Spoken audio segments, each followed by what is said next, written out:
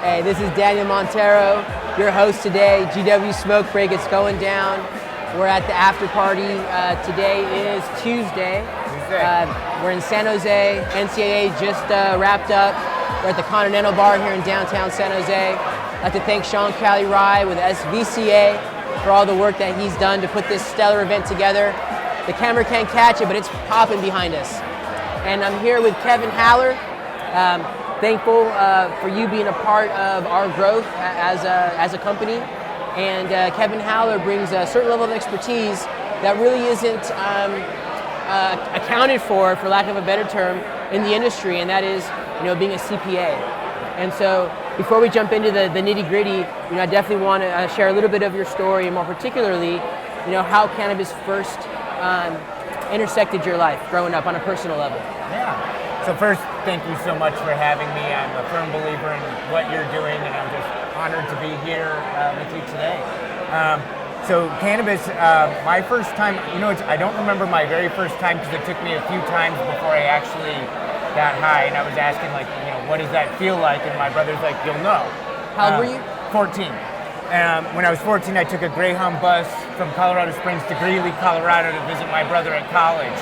And that was my first experience truly smoking. We started off in his basement, a lot of smoking of swag at that time, passing around, and went upstairs and continued smoking, and it was, the first time, it was intense, and it was amazing, and it was the first time I experienced something like that, and it was amazing, and since then, I had a deep passion for it, and I continue. So now looking back in my life, it's like 25 years, this plant has been really a part of my journey, shaping who I am as an individual. And being involved in it on a personal note throughout college, where I was retail before it was retail, and cultivation for a little bit before it was cultivation. So I've had experiences with the plant on a very intimate level. And can you talk about how she influenced your social interaction? Absolutely. In your college years? Yeah, no, so that's what was amazing. I got into retail to mostly support my habit and share with my friends. And so, and it just started spreading. You're known as the guy when you go around partying. And so I had a lot of connections with people of all ethnicities, Black, Hispanic, but also, gay, lesbian, just people getting together over a shared love for cannabis. And so it didn't matter all of our differences, we shared together what we had in common. And there was a lot of amazing times built from people who would otherwise most likely not be connected in certain social circles in college. People kind of migrate towards groups, and groups were crossed with that common ground. And it was wonderful to be part of that, and it really shaped me and gave me a lot of wonderful experiences because of it. So you went from using cannabis recreationally, maybe medicinally to a certain extent. Dennis Perone says that we all use cannabis medicinally, and I agree with that. Again, to the extent is up to debate. People would argue that both ways if you throw that out there. But now you're a professional. You're a cannabis professional. You work in the industry. You've taught me so much in prior conversations about things like 280E and how that's a silent death blow. Can you please share with our audience how you got into the industry? Yeah, so, again, as a professional, it's hard because, especially being a CPA, there's a lot of integrity, and so even here talking about this is kind of looked upon in a negative way in some light. So I'm trying to, push the envelope. And really, by dumb luck, we fell into it as being a local CPA firm in the Bay Area. We have relationships with other clients, and a client happened to open up a business, and San Jose has a regulation in which there's an audit requirement, and so we were able to get into it just that way. So it was. How many years ago was this? This was in 2015. Oh wow! Yeah, and so it was amazing because right when we this was presented like Kevin, here's like a new client opportunity. I was thrilled because it was something that has been such a big part of my life. I've been happy with how the movement has been progressing, and then now I get to be part of it. And so it really sparked like a rebirth in me into like what I was doing, and I was very interested in how can I do my part to help this, kind of merging market, but not really. Cannabis has been around forever, but now it's all of a sudden materializing in a whole new way. Excuse me. It's 100% a roller coaster. And these past 4 years, can you describe from your position as a professional, your observation of the development of the industry these past 4 years? How would you describe that? The progression of the industry? Yeah, I mean, at first everyone saw like the opportunity in dollar signs, so it's a gold rush of its time. So you see everyone running, coming up with crazy, schemes and ideas to kind of how they're going to address the industry. And then the reality hits in. This is the most compliant, regulated industry there is. So what I see is dreams being altered when the reality comes in that you're not just running out, you're not just crushing it, because there's a lot of obstacles and costs ultimately. So it takes a lot of capital to really successfully run a business, or you'll burn through your cash. And a lot of these businesses are very much been focused on getting operations up and running. And so financial reporting and the numbers kind of, go to the back burner ultimately because they have to prioritize, and there's a race to position yourself. So I understand, and it's more of a capacity issue. But the financial information is extremely important, and compliance in this industry is extremely important.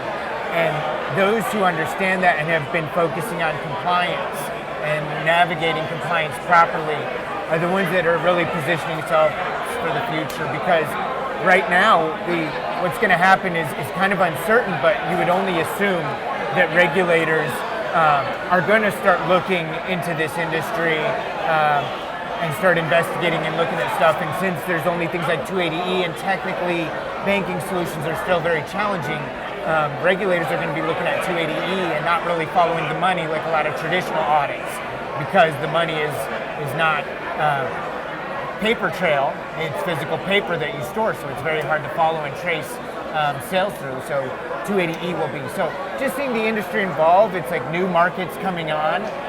Seeing more service providers coming together and kind of joining forces to try to help. So people are coming together more. Associations like NCIA are wonderful because they spread the word. They push the movement forward. We can not only thank the operators that have carried this industry, but the lobbying and associations that are pushing it forward.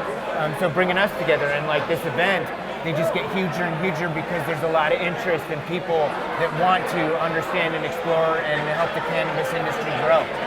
And Kevin, for the audience who isn't familiar with 280E, can you please clarify on what that is and why that's so dangerous being in our industry? Absolutely. So 280E is an IRS regulation code, and it's basically because cannabis is a Class 1 illegal substance. Hemp just got removed from that by the DEA, so now hemp is no longer subject to 280E. But ultimately, 280E only allows to deduct cost of goods sold, for tax purposes. Whereas other businesses are allowed to deduct, selling general and administrative costs. You are not allowed to in this industry, which is a significant challenge because a lot of money needs to go into marketing, retail, sales, and then G&A services like accounting that go into building a business. And if you have to add those back to come to your taxable income, and you're a small business trying to establish yourself in this industry, it's devastating. So really, what it's doing is it requires businesses to need a lot of capital to operate, and investors look to this, and there's investors who want to invest for the long term, but a lot of investors want to come in the short term. Mm-hmm. So they're not really interested in being in an investment long term. They just want to get in and make a return and get out. And so it takes the investors coming in to successfully build a business to navigate 280E, but we need the small operators to also have a presence in this because, they've built the industry, and we need to pay homage. Plus, as a consumer, you want there to be a variety of people allowed and let the consumers have the choice of what they want. It's beautiful to have, big players, but it's beautiful to have like a lot of craft, small, local products as well. And so talking about giving people what they want, right? Yes. Absolutely. Kevin, Absolutely. I'm going to pop you the question. Do you like music? Or, did I say love it right? Music. I love music. Is that what you say? I say it a lot because there's some people that will really, naysay cannabis. Or I'm educating family members that are asking questions, and people keep associating it with this terrible drug. And one thing I'll always say when they're like, it should be illegal, I'm like, do you like music? Do you like movies? And they're kind of like, where's this going? I'm like, most music today has been inspired through individuals exploring with recreational drugs. Cannabis, a big one. Other ones we won't mention because we're not here for other ones, but there's been a lot of drugs, recreational, used by individuals, which has shaped music industry. American culture, American man. culture. It's so rooted throughout, and people don't always recognize that. How much cannabis has already played in shaping society as we know it. And so we need to spread the word because then that helps people really understand the plant. And then it's not as evil as the perception has been for this long. And those of us who truly know the plant and it's been part of our lives know that. And I love being able to share it in any way that I can to others. So I have to educate family members, even on CBD. It's a big thing. They're like, well, I don't want to get high. And I'm like, it's a totally different thing. It's not the same properties that it is of the THC properties. And I want to share on a personal note that it's I always use cannabis recreationally, self-medication for my own purposes. 2 years ago, I was diagnosed with MS, and that things changed in my body. Some permanently, even to this day. Like I have no feeling in many parts of my body, including my arm, had to be left-handed. I had chronic pain in my body, in my back particularly as a result of this. Montero Williams has a product, also a brother with MS, fellow brother that has that autoimmune, and I've been using his product and I want to thank him. It's given me tremendous relief in my body as a result of using this. And I have my wife Kelly and two beautiful children, Dylan and Nora, my daughters, and as you can see with getting hit with that, being the financial provider for a family, my wife suffered from serious anxiety with having an autoimmune that is uncertain. And she started using CBD and it's been tremendous. She first was going to doctors, she got some stuff prescribed, she was immediately feeling reactions to those prescribed drugs that she did not like. And she started a CBD product and got immediate relief, and she can feel when that's coming out of her system. So I want to say on a personal note, both the medical side of this and the recreational side of this are very amazing, and I'm just so thrilled to do my part to make this industry as credible as it deserves to be and allow it to kind of flourish and thrive the way it really should. It's beneficial for everyone in this country, everyone in the world. I think this is one of the most powerful interviews that we've done to date at GW Smoke Break, because you're what we call the white collar versus the green collar, and you're affirming, everything that our culture is about and the truths of our culture and the historical impact of cannabis culture. It's absolutely beautiful. And I'll keep to myself some of the observations that I made at NCIA yesterday, but what I would like for you to please share with the audience is, what has your experience been these past 2 days over at NCIA? I think, like any new industry, it learns and it grows and it gets better and better. And Kevin, you're part of a committee. I am. Oh, yeah. So last year I was on the Cannabis Cultivation Committee. This year I'm on the Risk Management and Insurance Committee.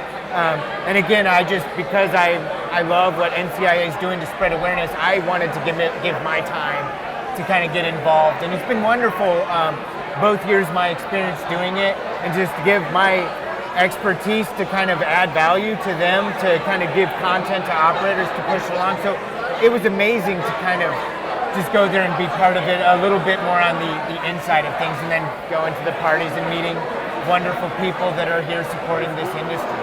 Was there a learning moment these past 2 days, or somebody that impressed you with how sharp they were?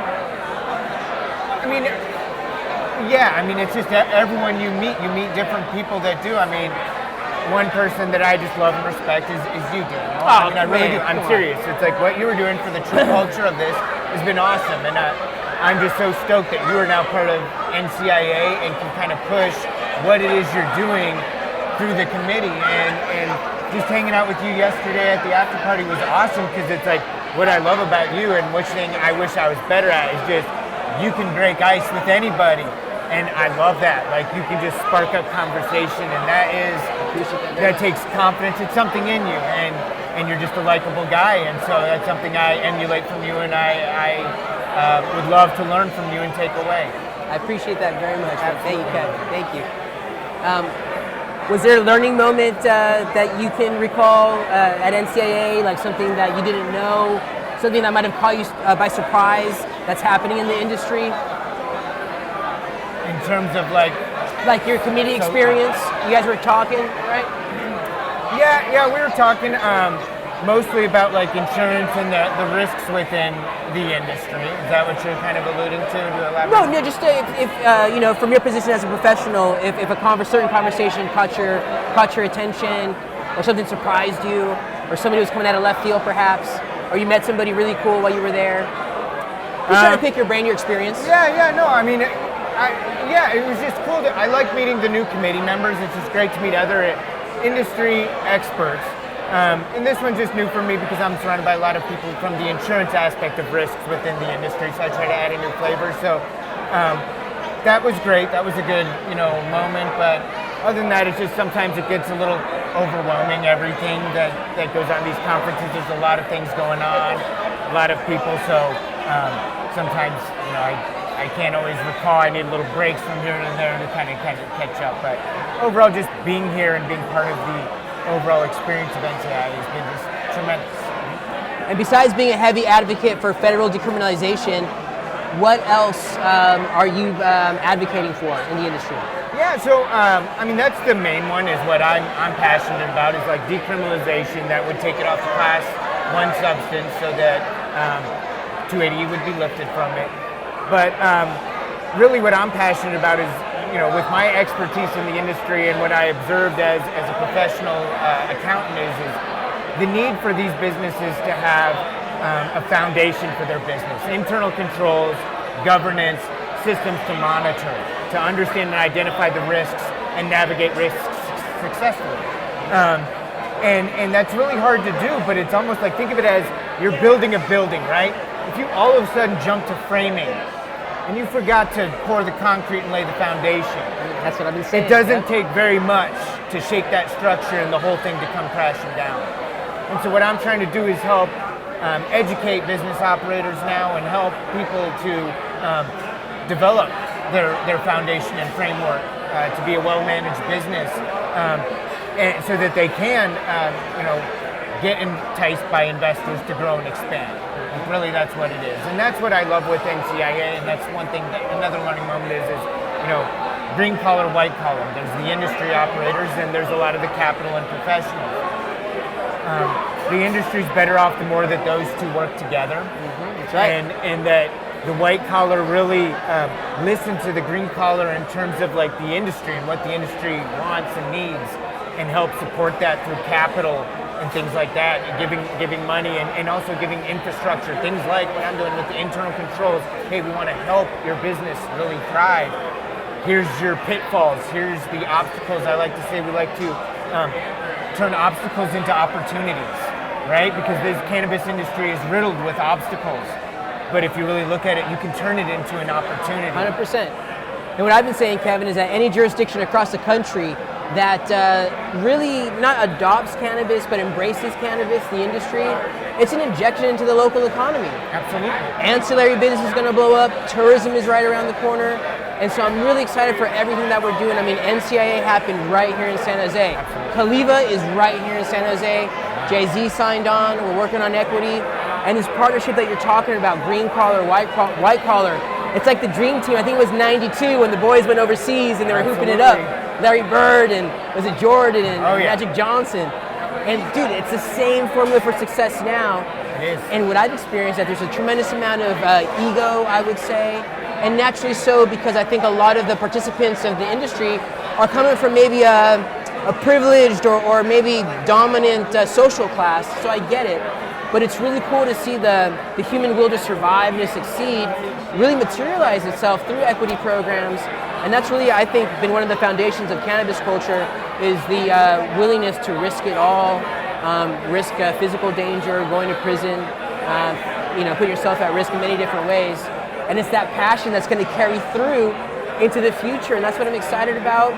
I'm really pleased with what we've done today in regards of sharing your story, sharing about what Akene does and what you bring to the table. And I think everything we talked about was very relevant to what's happening in the industry today. Is there anything else that you want to, that you had in mind, Kevin? Because I know we kind of talked.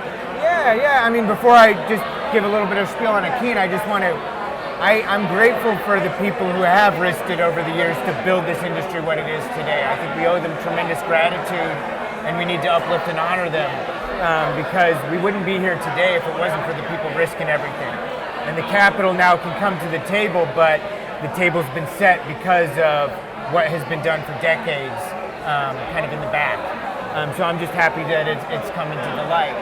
And again, at Akene, what we really want to do is help build that framework to kind of do our part to help operators both direct, whether you're retail, manufacturing, cultivation, delivery, vertical, or ancillary services, you all need assistance. And we all need to work together and add value in which ways we can.